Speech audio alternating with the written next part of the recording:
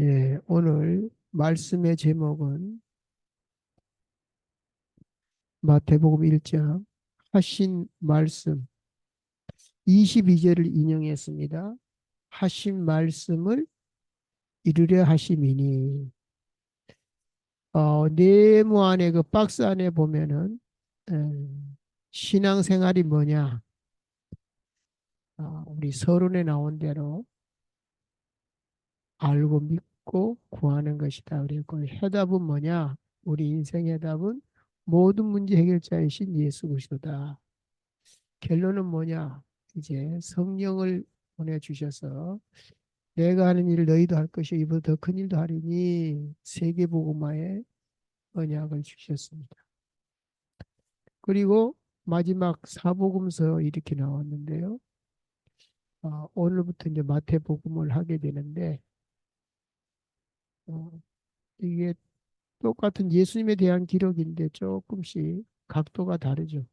말하자면 건물로 말하자면 뭐 평면도가 있고 또 측면도가 있고 입체도가 있듯이 여러 가지 방향으로 볼 수가 있습니다. 요한복음은 예수님의 신성에 대해서, 누가복음은 예수님의 인성에 대해서, 또 마가복음은 또 희생제물, 섬김에 대해서, 또 마태복음은 에, 그 유태인을 대상으로 한 왕으로 오신 그리스도 이걸 강조하고 있습니다. 그래서 대상이 누구냐에 따라서 조금씩 방향이 달라지 똑같은 예수님인데 그들의 입장에 맞춰서 이제 기록을 했습니다. 말하자면 마태복음 유태인을 대상으로, 마가복음은 로마인을 대상으로, 누가복음은 헬라인을 대상으로, 요한복음은 전 인류를 대상으로. 그러면 이것이 꼭 유태인만 읽어야 되냐, 로마인만 읽어야만 되냐, 그건 아니고요.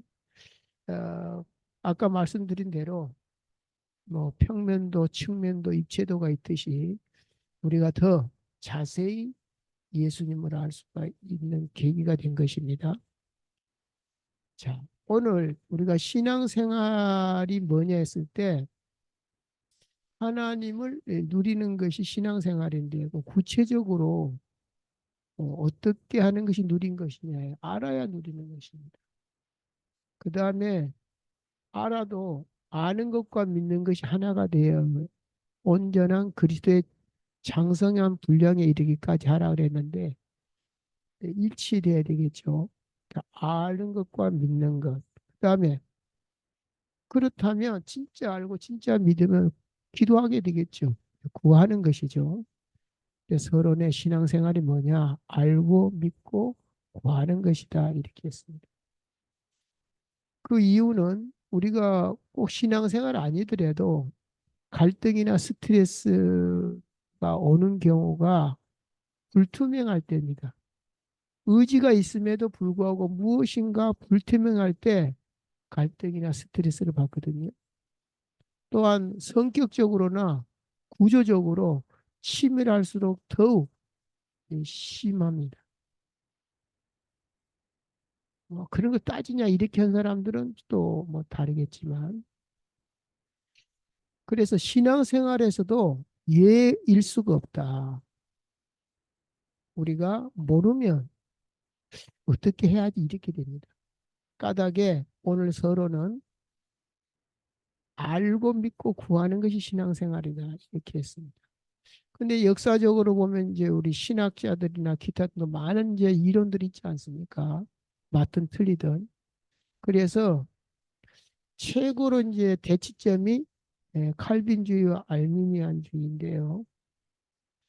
이것을 논쟁보다도 그 왜 이런 말을 했는가 해서 이런 뜻을 했구나. 취지. 우리가 대화를 할 때도 취지가 중요한데 취지 쫙 무시하고 법적으로 틀렸잖아, 맞았잖아 이런 식으로 하니까 싸움이 일어나요.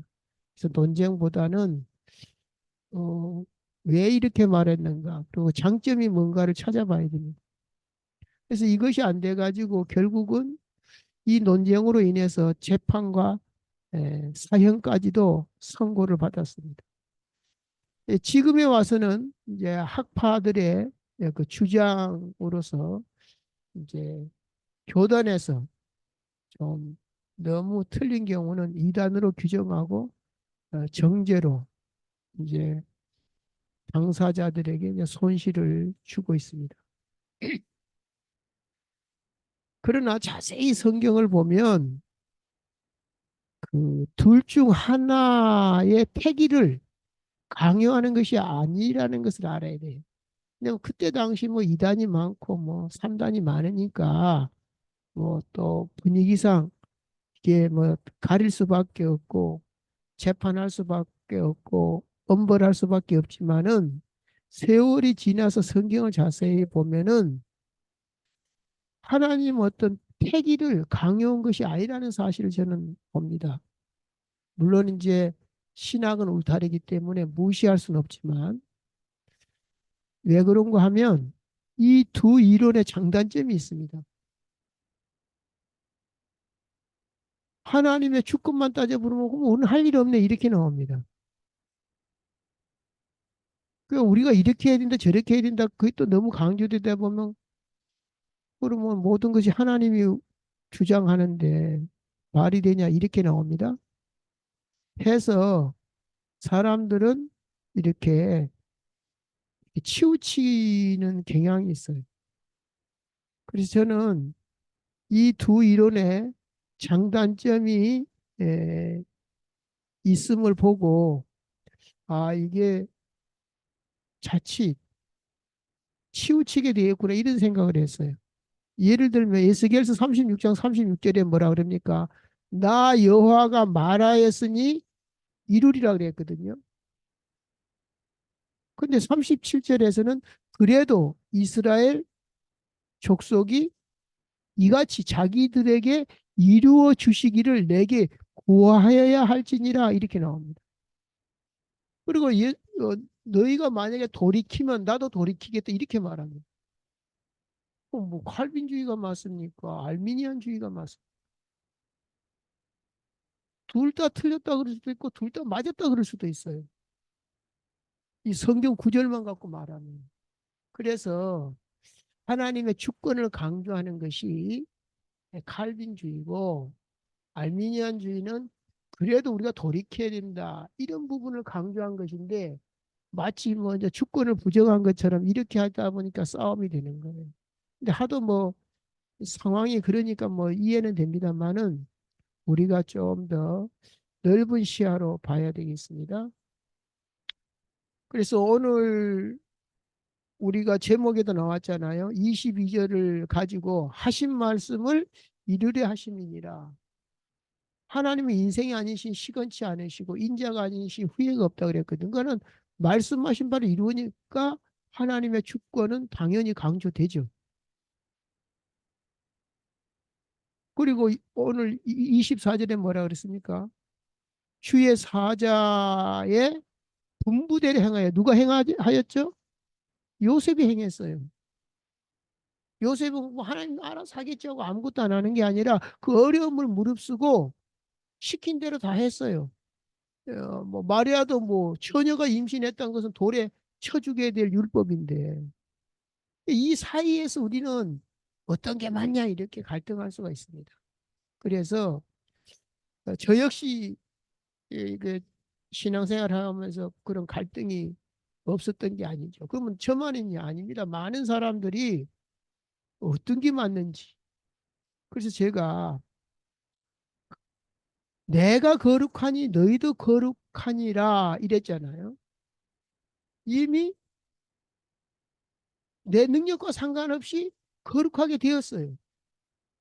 그러나 내가 거룩하니 너희도 거룩하라. 또 이랬거든요. 이것을 제가 이게 doing이라고 그랬어요. DOING. 그 이제 창세기 1장 28절.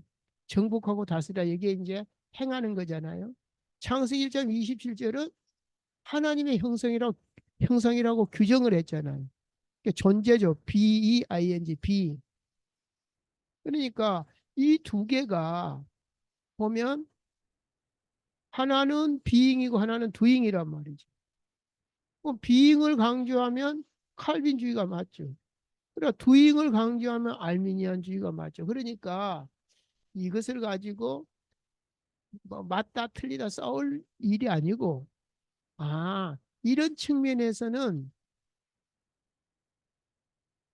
27절에서는 칼빈주의가 맞고 28절에 의하면 알민주의가 맞다.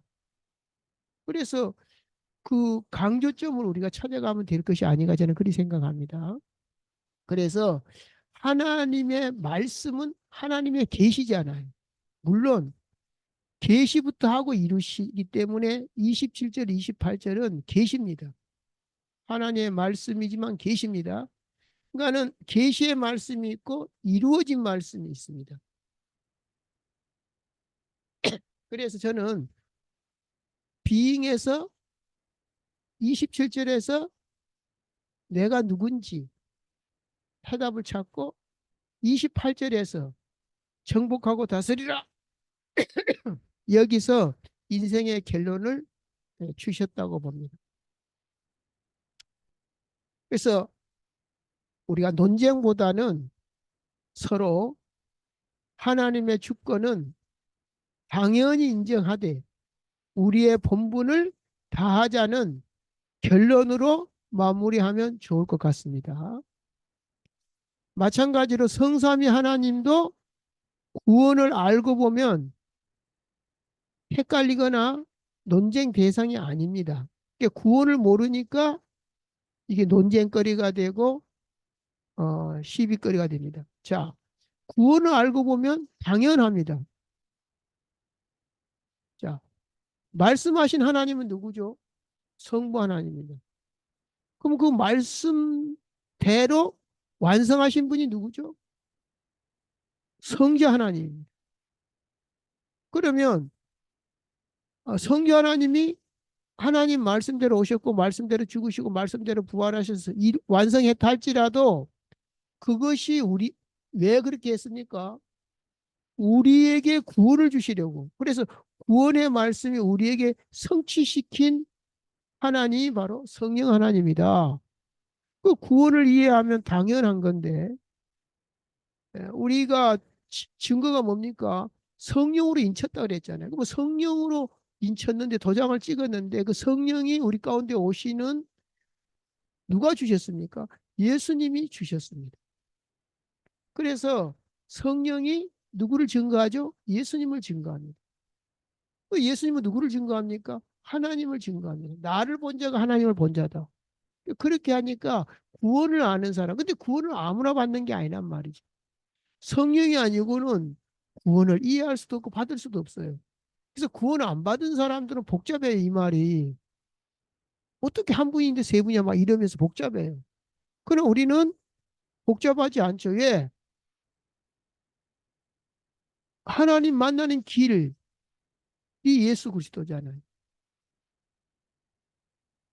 그래서 우리 성도들을 그 양과 목자로 이렇게 비유를 했는데 그 예수는 목자시면서 양의 문이다 그랬거든요. 들어가면 나가면 꼴을 얻는다. 어떻게 들어가고 나가냐? 문으로. 누가 문이냐? 예수 그리스도다. 그렇게 당연하게 기결이 됩니다. 자, 그러면 32번에 보면 구원과 성삼위 하나님 이미 설명드렸죠. 근데 이제 신명기 29장 4절에 보면 그러나 깨닫는 마음과 보는 눈과 듣는 귀는 오늘 여호와께서 너에게 주시지 아니했다 그랬습니다. 물론 이사야 6장 9절에도 그렇게 나옵니다. 그러면서 마태복음 13장 예수님까지도 그렇게 말합니다. 13장 15절에 눈이 있어도 보지 못하고 귀가 있어도 듣지 못하고 마음이 있어도 깨닫지 못한다 그랬습니다. 근데 하나님의 성령이 역사하면 이것이 이제 들을 귀 보는 눈 이게 된다 그랬습니다. 그래서 너희는 들음으로 봄으로 복이 있다 이렇게 얘기를 한 것입니다. 그래서 하나님은 말씀하신 하나님이라고 그랬는데 민수기 23장 19절에 하나님은 인생이 아니시니 시건치 않으시고 인자가 아니시니 후회가 없다.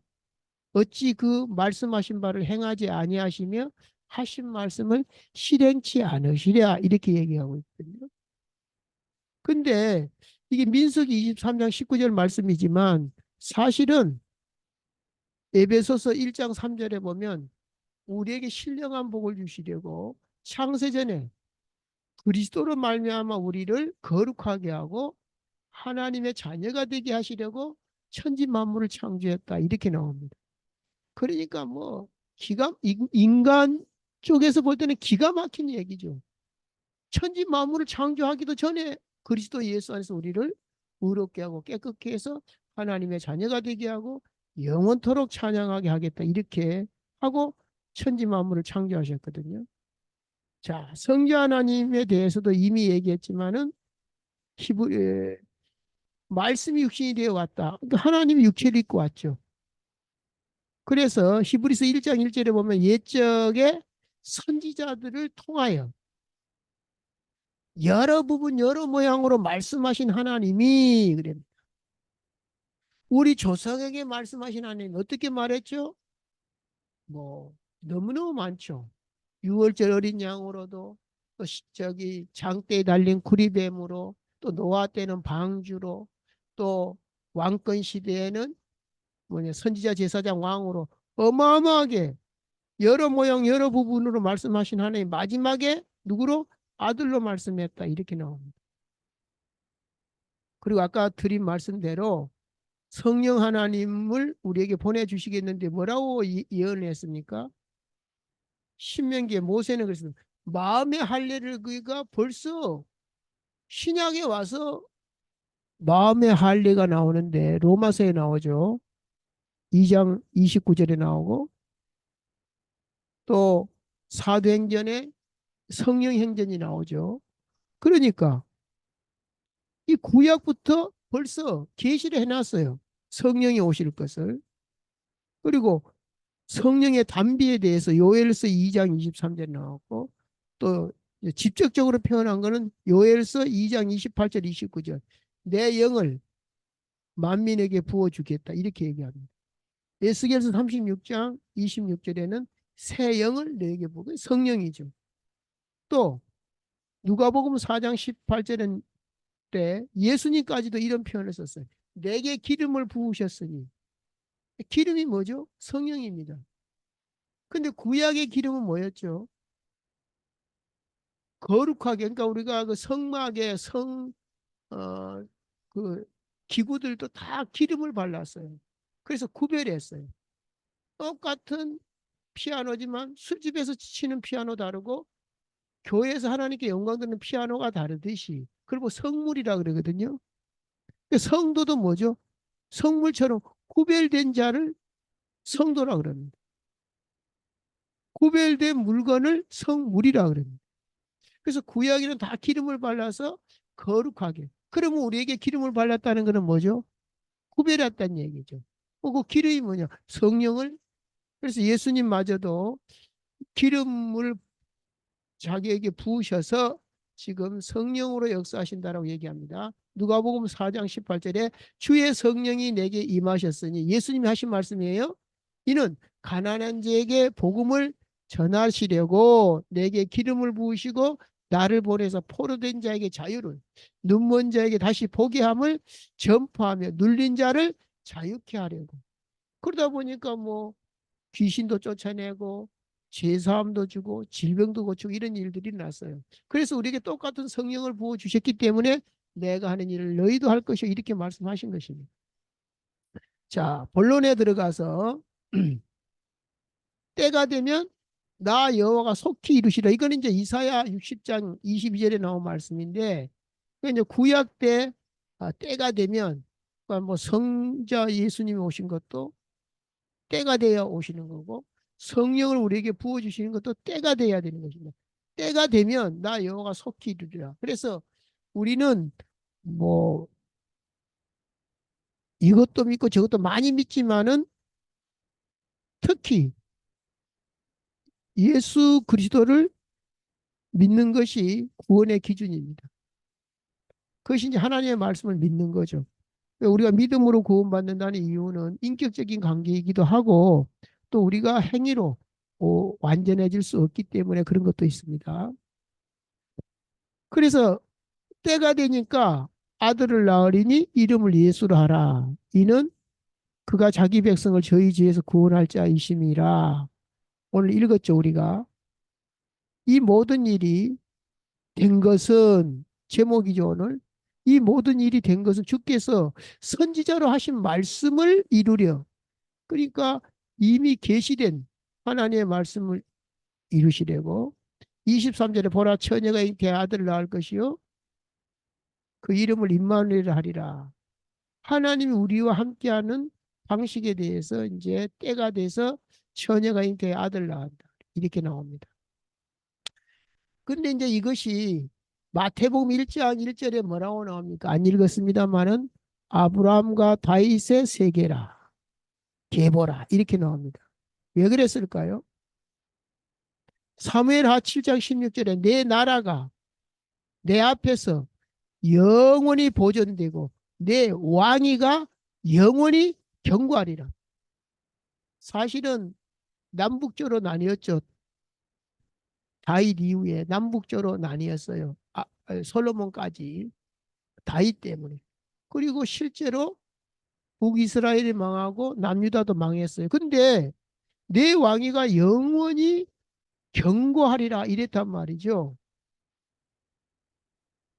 그 왕위가 뭐죠? 예수 그리스도입니다. 할렐루야. 그 왕위가 예수 그리스도예요. 그래서 아브라함과 다윗의 계보를 통해서 지금 메시아 만왕의 왕이 오셨다라고 말합니다. 사무엘하 7장에는 영원이라는 단어가 8번 나옵니다. 내 왕위가 영원히 경고하리라. 그게 무슨 계시죠? 예수 그리스도가 이 땅에 오시는데 혈통으로는 육신적으로는 다윗의 유태인의 혈통을 따라서 오셨죠. 그러나 영으로는 하나님이시죠. 자, 또 갈라디아서 4장 4절에 보면 때가 참에 이렇게 나옵니다. 오늘 본론이 뭐죠? 때가 되면 그 때를 잘 알아야 됩니다. 이제 젖 먹는 애를 갖다가 그냥 맛있다고 불고기 줘버리면 때가 안 됐는데 애를 죽이는 거죠. 때가 참에 하나님이 그 아들을 보내서 여자에게 나게 하시고 육체로 온다 이 말이죠. 율법 아래 나게 하신 것은 예수님이 죄가 없는데 율법 아래 나게 했대요. 율법 아래 있는 자들을 속량하시고 우리로 아들의 명분을 얻게 하려 하십니다. 어떻게 명분을 얻는다는 거죠? 형제들아, 로마서 7장 1절에 내가 법하는 자들에게 말하노니 저기 로마서니까 로마 사람들은 법을 잘 알죠. 내가 법하는 자들에게 말하노니 너희는 그 법이 사람이 살 동안만 그를 주관한 줄 알지 못하니 남편이 있는 여인이 그 남편 생전에는 법으로 그에게 매인바 되나 그렇죠. 그 남편을 떠나서 살 수가 없죠. 만일 그 남편이 죽으면 남편의 법에서 벗어나느니라. 그래서 만일 남편이 죽으면 그 법에서 자유롭게 되나니 다른 남자에게 갈지라도 음녀가 되지 아니하느니라. 왜? 남편이 죽었으니까. 그 율법을 십자가에 다 도말했으니까. 은혜의 성령의 법이 내게 왔기 때문에 그것은 이미 죽은 법이다 이거죠. 자, 여기서는 남편과 아내 관계를 얘기를 했는데 육신적으로도 봅시다. 남편은 상관이 없더래. 내가 무슨 지금 뭐 매덕을 뭐 벌금을 맞고 뭐 부도가 나고 별짓에도 죽어버리면 부도도 없고 뭐 몇백억 뭐 그런 거 빚진 거 이런 거 전혀 무관해버려. 죽어버리면 살아있으니까 문제가 되는 거예요. 그래서 육체로는 죽임을 당하고 영으로는 살리심을 받기 위해서 예수님이 그대로 행하신 거잖아요. 자, 3번에 갈라디아서 3장 23절이 나옵니다. 믿음 오기 전에는 율법 아래 매인 바 되고 계시될 믿음의 때까지 갚혔느니라. 자, 구약은 율법이죠. 갇혔어요. 이같이 율법이 우리를 그리스도께로 인도하는 초등교사, 몽학선생, 초등교사가 되어 우리로 하여금 믿음으로 말미암아 의롭다함을 얻게 하려 함이라. 자, 성경대로 오시고 성경대로 죽으시고 성경대로 부활하셨다라는 것이 뭡니까? 바로 그 율법으로는 죽임을 당해야 되거든요. 그래서 율법을 청산하기 위해서 육체를 가지고 온 거고 율법 아래 나게 하시고 육신을 가지고 왔다 이거죠. 오늘 결론이 뭐죠? 보라 내가 오늘 생명과 복과 사망과 화를 내 앞에 두었나니 신명기 30장 15절 19절에 그렇게 나옵니다. 자, 우리 앞에 이걸 두었대. 그 말은 뭐죠? 너희가 하는 거에 따라서 복이 될 수도 있고 화가 될 수도 있고 사망이 될 수도 있고 생명이 될 수도 있고 그럼 이게 하나님의 주권과 또 거리가 먼 거잖아요. 그래서 제가 서두에 칼빈인이 저기 알미니아이 따지지 말라는 것이 뭐냐면은 지식적으로 우리가 알고 있으면 뭐 나쁠 건 없어요. 그러나 그게 매이면 안 되는 것이 우리에게 두었다고 하면 우리 보고 하라는 얘기잖아요. 다 하나님 책임이다 이게 아니라는 거잖아요. 신명기 30장 1절에 뭐라고 나옵니까? 내가 내게 진술한 모든 복과 저주가 내게 임함으로 하나님은 알고 있어요. 이미 진술한 것이 모든 복이 너희들에게 임할 것이요. 그것뿐만 아니라 저주까지 너에게 임하게 될 것이다. 하나님이 원해서가 아니라 너희들 수준이 그렇다. 그래서 하나님은 시공을 초월해서 존재하시는 분이기 때문에 갇혀 있는 부분이 아니기 때문에 미래까지도 다 알고 계셔. 우리는 미래를 가봐야 알지만은 하나님은 과거의 하나님, 미래의 하나님, 현재 하나님 이게 구분되어 있지 않아요. 그리고 이제 우리 역사 세계의 수준이죠. 하나님 역사 밖에 계신 분이라는 거죠. 그러니까 신명기 3장 2절에 여호와의 말씀을 청종하면 그랬잖아요. 그걸 갖다가 칼빈이니 뭐 알미니안이 따지니까 자꾸 이제 우리 같은 사람 머리가 복잡해. 어떤 게 맞지 이렇게.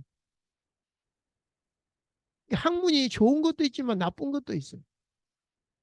왜곡시킬 수도 있어. 그런데 이제 3절에는 뭐라 그럽니까? 우리에게 청종하면 그랬는데 내 하나님 여기서 마음을 돌이키시고 또 이렇게 나옵니다. 돌이킨대요. 무슨 말이죠? 그 17세기부터 계몽주의 시대가 이르죠. 14세기부터 16세기가 르네상스 시대고 17세기에 뭐가 나오냐면 계몽주의 시대 이신론이라는 게 나옵니다. 이신론. 이신론은 뭐냐면은 그냥 쉽게 표현하면 옛날에 지금은 뭐 이게 건전지로 시계가 가지만은 그때는 탭이라는 걸 감았어요. 매일 한 번씩 감아야 돼요. 죽었다 밥 주라 그러면 뭐죠? 탭을 감으란 얘기죠. 그럼 지가 알아서 뚝뚝뚝뚝뚝 이걸 보고 이신론이라 그래요. 하나님 창조해놓고 관여를 안 한다는 거죠. 그게 이제 뭐 인본주의로 계속 그러다 보니까 신화까지도 물들어가지고 근데 여기 본문에 보면 청종하면 내가 돌이키겠다. 이것이 이신론하고 안 맞잖아요. 하나님의 말씀을 자세히 보기보다는 자꾸 학문에다 가두려고. 이게 가둬집니까? 기신론이 가둬집니까? 그리스도론이 가둬집니까? 안 가둬져요. 그래서 제가 칼빈주의, 알빈주의 이걸 내가 몰라서 하는 얘기가 아니라 참고만 하고 성경으로 보라 이 말이죠. 자, 어쨌든 하나님께서 마음을 돌이키시고 이랬단 말이죠. 6절에는 30장 6절에 신명기 여호와께서 내 마음과 내 자손의 마음에 할례를 베푸사. 아까 이미 나온 얘기죠. 마음의 할례를 어떻게 베푸냐. 이거 육체의 할례는 이해가 되는데 칼로 찢으면 돼요. 근데 마음의 할례를 어떻게 행하냐 이 말이죠. 너로 마음을 다하여 뜻을 다하여 내 하나님 여호와를 사랑하게 하사 너로 생명을 얻게 하실 것이며, 이 것이며 이거는 뭐죠? 성령을 부어주시겠다 이 말이죠. 성령을 이미 얘기했죠. 뭐 성령의 담비, 이른비, 늦은비 다 이게 성령이잖아요. 기름을 부으셔 다 성령이잖아요. 근데 이제 본격적으로 성령이 임하는 시대는 바로 사도행전에 나오죠. 예수님 부활 승천하시고 임했죠. 그것이 이제 절대 시간표인 거죠. 자, 그렇게 되면 내, 내 5번에 보면 너는 돌아와 다시 여호와의 말씀을 청종하고 내가 오늘 네게 명령하는 그 모든 명령을 행할 것이라. 자, 심지어 뭐라고 말했냐면 성령이 임하면 너희가 모든 율법을 다 행하게 될 것이다 그랬습니다. 우리의 힘이 아니라 하나님의 힘으로.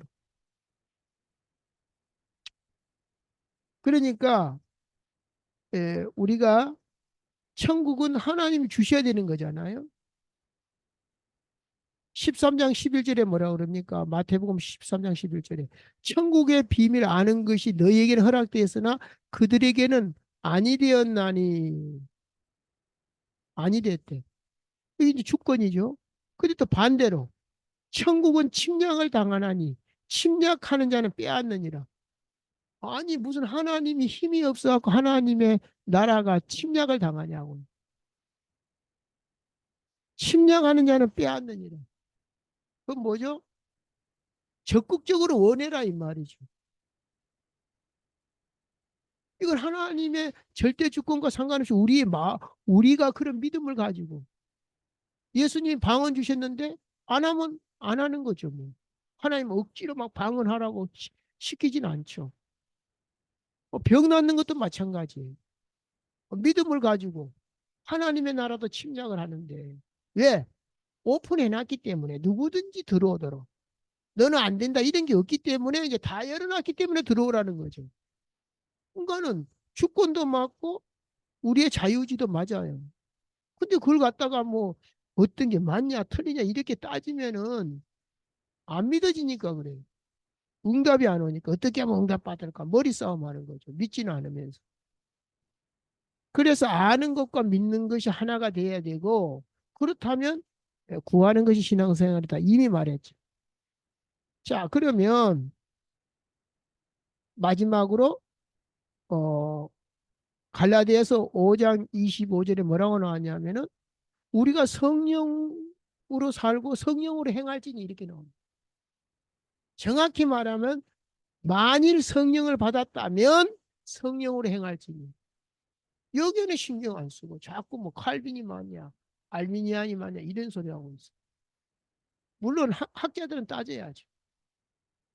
그러나 우리 믿는 사람 입장에서는 돌이키면 하나님도 돌이키겠다. 그리고 이제 성령이 오셨어요. 성령을 받았다면 성령으로 행할지니라. 성령으로 살고 성령으로 행하면 끝나는 거예요. 근데 거기에는 관심이 없으면서 자꾸 어떤 게 맞냐 이래. 자꾸 하나님은 우리 속에다 가두려고 하면 안 돼요. 자, 그러니까 성령으로 살지 못하고 성령으로 행하지 못하니까 말이 많게 돼요. 주님은 마지막에 우리에게 주신 기도 제목이 뭐죠? 뭐 뭘 해야지 이런 거 갈등할 필요가 없어요. 하나님은 허릿하게 말한 적이 없거든요. 아마 성경이 복잡하다 하는 사람한테 내가 네 마음이 복잡하지 하나님은 복잡하게 말 안 했어. 정령 죽으리라 그랬지 죽을 수도 있다 하더라 이렇게 말 안 했다고. 마귀가 죽을 저기 아담과 하와가 죽을 수도 있다 이렇게 말했고 마귀는 안 죽는다 이렇게 얘기했고 하나님은 정령 죽으리란 말이에요. 오직 성령이 너에게 임하여 너의 권능을 받고 예루살렘과 온 유다 사마리아 땅끝까지 내 증인이 될 거 분명하게 얘기를 했어. 그랬는데 자꾸 딴 거 구하면서 하나님의 뜻이 뭐지? 이렇게 하면 곤란하다는 거지. 좋으신 하나님 감사합니다. 오늘 또 우리가 하신 말씀을 이루려 하심이라. 그 속에서 행복과 자유와 기쁨과 하나님 보좌를 누리기에 조금도 부족함이 없도록 역사해 주시옵소서. 믿고 감사드리며 모든 문제 해결자 되시는 우리 주 예수 그리스도 이름으로 기도합니다. 아멘.